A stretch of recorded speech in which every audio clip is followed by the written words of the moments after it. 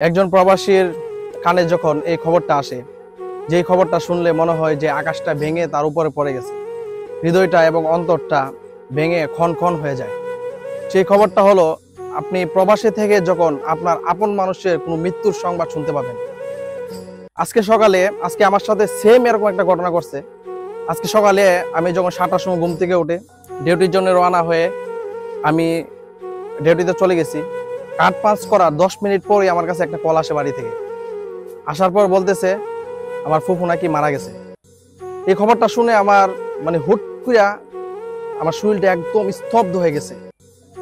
মনে হইতেছে যে আকাশটা ভেঙে আমার মাথায় পড়ে গেছে, এরকম একটা সিচুয়েশন হয়ে গেছিল। কি করব না করব বুঝতে পারতেছিলাম না। তখন আবার বাড়িতে ফোন দিলাম, ফোন দিয়ে ঘটনাটা জানলাম যে কিভাবে মারা গেল। বলল 3 দিন ধরে হসপিটালে ছিল, 3 দিন আগে যে হসপিটালে ভর্তি করছে এই খবরটা আমি জানি না। আমি এমন একজন হতভাগা প্রবাসী, যেই প্রবাসী 3 দিন আগে হসপিটালে ভর্তি করছিল, ওই খবরটা আমার কানে পর্যন্ত আসে নাই, কারণ আমি দেশে নাই। একজন প্রবাসী এতটাই হতভাগা, তার আপন মানুষ বা রক্তের কেউ যদিও মারা যায়, সে দূর প্রবাস থেকে এক নজর দেখারও সৌভাগ্য থাকে না। না সে দেখতে পারতেছে, না এই আপন মানুষটার জানাজায় দাঁড়াইতে পারতেছে, না তার কবরে এক মুঠো মাটি তুলে দিতে পারতেছে। সে কিছুই করতে পারে না। এত বড় হতভাগা এই প্রবাসীদের মতন আমার মনে হয় বিশ্বের এই পৃথিবীতে আর কেউ নাই। একজন প্রবাসী সারা দিন রাত পরিশ্রম করে একমাত্র আপন মানুষগুলা ভালো থাকার জন্য। এই প্রবাসী ইনকাম করে টাকা দেশে পাঠায়, রেমিটেন্স দেশে পাঠায়, যেন ফ্যামিলির মানুষ, রক্তের মানুষ, আপন জন সুস্থভাবে চলাফেরা করতে পারে, তারা যেন সুস্থ থাকে, ভালো থাকে। ওই প্রবাসী সারাদিন পরিশ্রম করে এসে রাত্রেবেলা যখন আপন মানুষের সাথে এসে ফোনে একটু কথা বলে, সারাদিনের পরিশ্রম তার মাটি হয়ে যায়।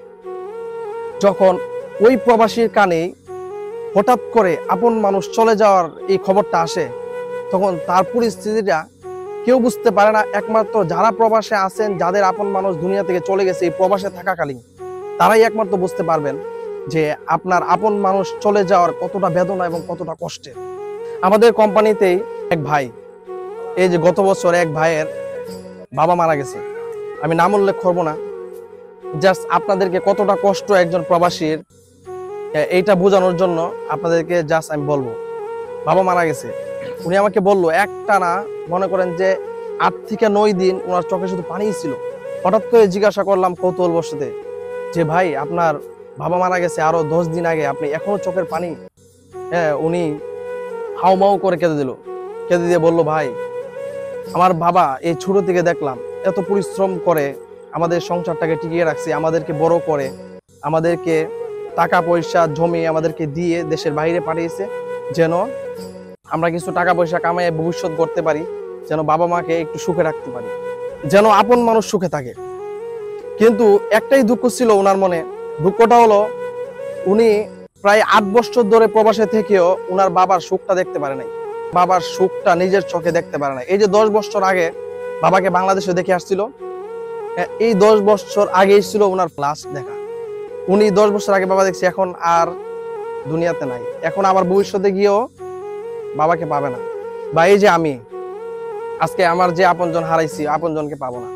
এই জন্য প্রবাসীর একটাই দুঃখ, এই দুঃখটা হলো যে আমাদের কোনো আপন মানুষ মারা যায় আর আমরা তৎকালীন সময়ে প্রবাসে থাকি, তখন আমাদের মতো হতভাগা আর কেউ নাই।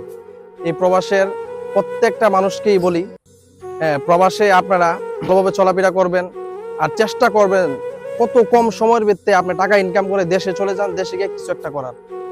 এই বছর পর বছর আমরা প্রবাসে থেকে আপন মানুষ চলে যাচ্ছে, তাই আমি বলবো প্রত্যেকটা মানুষকেই প্রবাসে থেকে একটু সেভিংস করবেন, নিজের জন্য, ফ্যামিলিকেও দিবেন, নিজের জন্য কিছুটা জমাবেন।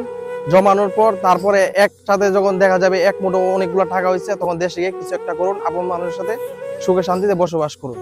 তখন আপন মানুষ চোখের সামনে যদি আল্লাহর ডাকে চলেও যায়, আপনি অন্তত কবরে মাটিটা পর্যন্ত দিতে পারবেন। এই যে আজকে আমি দিতে পারি নাই, দূর প্রবাস থেকে একমাত্র দোয়া করা ছাড়া আর কোনো কিছু নাই।